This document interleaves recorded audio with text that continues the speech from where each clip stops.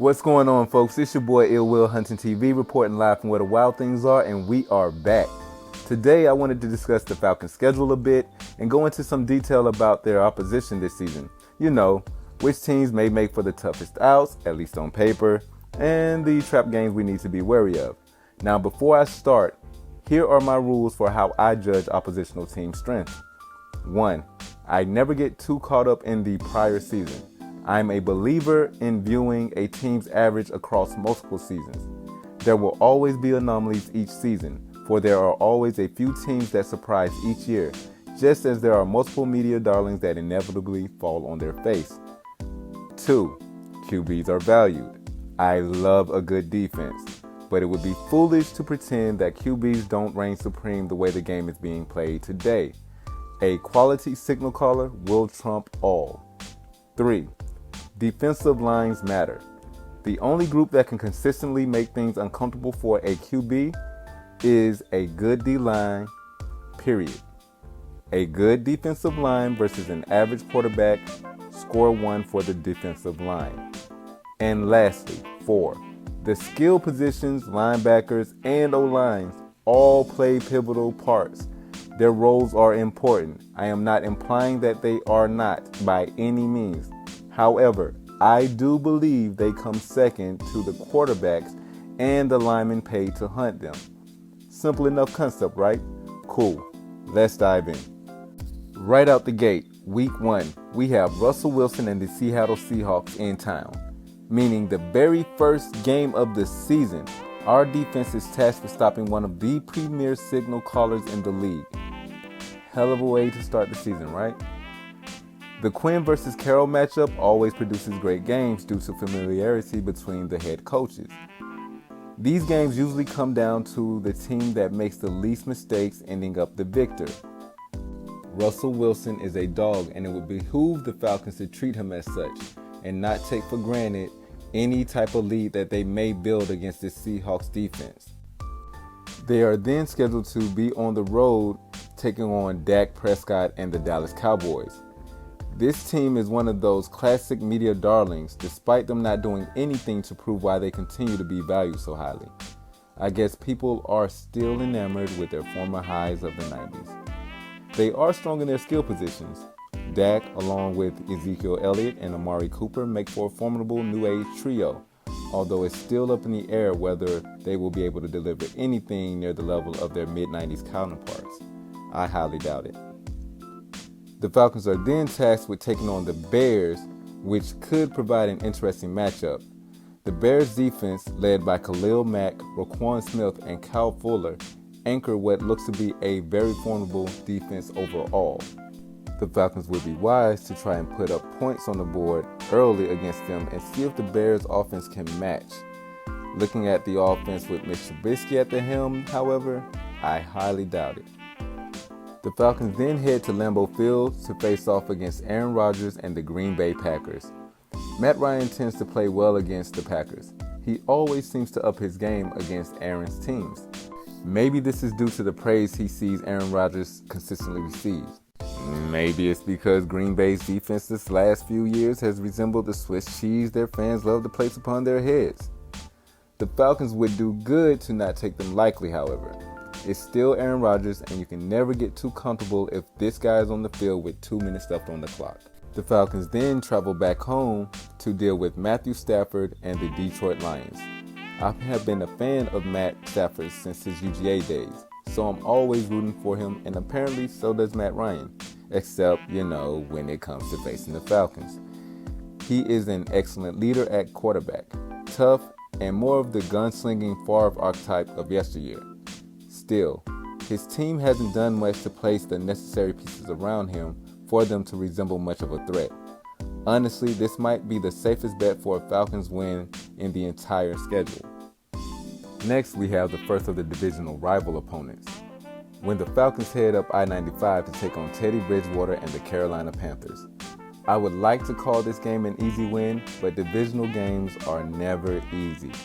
Even if the other team is in a bit of a rebuilding mode, I believe that actually makes them even more dangerous because they are able to move under the radar and thus able to upset teams taking them lightly in addition to playing the role of spoiler at season's end for unfortunate teams on the cusp of the playoffs.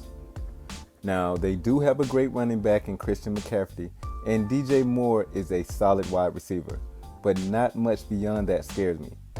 Their defense will be decent, especially with the addition of Derrick Brown to the defensive line, so this will be a matchup of interest. However, that's solely due to the upset possibilities or probabilities dealing with this team.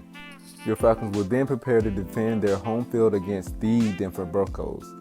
The quarterback Drew Lock throwing to Cortland Sutton, new addition Jerry Jeudy, and of course handing it off to Melvin Gordon. This will be an intense matchup. But let me not get ahead of myself. This is not because of Drew Lock. I repeat, it's not because of Drew Lock. Truthfully, Drew Lock to me hasn't shown much this past year beyond meh. But I will say the defense is a formidable one, especially along the defensive line. Von Miller, Bradley Chubb, Shelby Harris, and Mike Purcell are a tough out for any offensive line. And their back seven contains some of the most talented pieces the Falcons will face top to bottom this year. I do believe this will be a fight. Following that skirmish, they have to travel up to I-10 to do battle with the Saints. Oh man, what can I say about them Saints? Who they? They trash, that's who they is. But let me stop and be fair. They have Drew Brees at the helm. And for all the contempt I have for the Saints and their fans as a staff, record label, and a football team, I will admit the guy can ball. Mike Thomas is an impressive wide receiver. He is. I mean, he's no Julio, but who is? He'll have Emmanuel Sanders for a running mate, and Alvin Kamara in the backfield, and Jared Cook cleaning up the under routes. So offensively, skill position-wise and quarterback-wise, it's about what you expect from the Saints. And their defense always shows up to play against the Falcons. I expect nothing to change in this upcoming season. I will say the Aints serve as a litmus test to me. If the Falcons offense led by Matty Ice can impose its will on the Saints defense while the Falcons defense slows down Drew Brees' passing attack, we may be able to look back at this game as a pivotal moment in the Falcons season where they showed they were going to be a problem for the remainder of the season and come playoffs. Next, we have the addition of Derek Carr and the Vegas Raiders. Man, it's going to take me some time to adjust to saying that. But anyway, I like what Gruden has going on out there. Derek Carr is an underrated quarterback to me. I mean, it's like people make him out to be Andy Dalton-esque, when that's clearly not the case. He'll have a literal rocket and Henry Ruggs to throw bombs to, and also Henry Renfrow and Tyler Williams added to that, which could make for an underrated trio of receivers this year. The retooling of the defense this offseason has resulted in what appears to be a stronger back seven this year. However, we will have to see if things work out as well on field as they look on paper. Then it's off to LA to see the Chargers on their turf. And this time we have Tyrod Taylor, for real this time. No, I'm serious. This time, Tyrod Taylor, LA Chargers, that's their quarterback. And he's going to be throwing the ball to Keenan Allen, who has always been a productive and reliable wideout to me. Combining him with Mike Williams, this could make for a somewhat lethal tandem, if their quarterback was someone other than Tyrod Taylor. I'm just saying. But moving along, the defense appears to be pretty stout with a number of pieces along the front and back seven like Bosa, Hayward, James Derwin, and Chris Harris anchoring it. Come to think of it, the Chargers are not unlike the Vikings I spoke on earlier in that they consistently field quality defenses, and they have done so for quite some time now. The fact that Cam Newton was literally available and they still decided to stay pat with Tyrod Taylor tells me that maybe they aren't as concerned about winning right now as they are building towards the future. We'll see how that works out for them. The Falcons face off against the last of their divisional foes this week with Tom Brady and the Tampa Bay Buccaneers. And I must say, I believe this team is severely overhyped.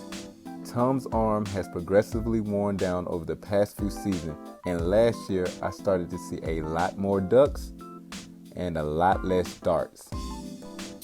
Tampa has gone out of its way to ensure to stack the skill positions to help mask this deficiency. However, even with the likes of Mike Evans, Chris Godwin, O.J. Howard, and of course Gronk, there's only so much you can do to hide that deficiency, asked Peyton Manning. I also happen to believe personally that Matt Ryan is licking his chops to get some payback at Brady for the bowl that shall forever remain nameless.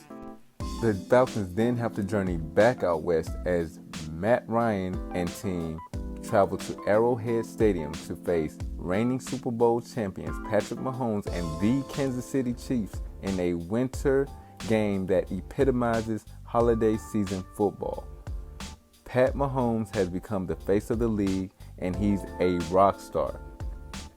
And his arsenal at the skill position, consisting of Tyreek Hill, Sammy Watkins, Mecole Hardman, to go along with Travis Kelce, makes this one of the most lethal, if not the most lethal team the Falcons defense will face. Their Achilles heel, however, lies with their defense, whom I believe can be exposed and exploited by the right quarterback. Wink, wink. I do believe this will be a high-scoring affair. Matt Ryan tends to shine brightest in these sorts of games, and I am looking forward to witnessing it. And yeah, that's about it, guys. I just wanted to give a brief overview of the Atlanta Falcons schedule for the year. I hope you guys enjoyed it. And I have noticed that you guys seem to enjoy this type of content from me, so I will continue to add to the sports side and who knows, potentially turn it into a series. I have a piece on the Atlanta Hawks up that I encourage y'all to check out. I think you'll enjoy it, as well as some pieces on the Braves that I'm currently in the process of constructing now.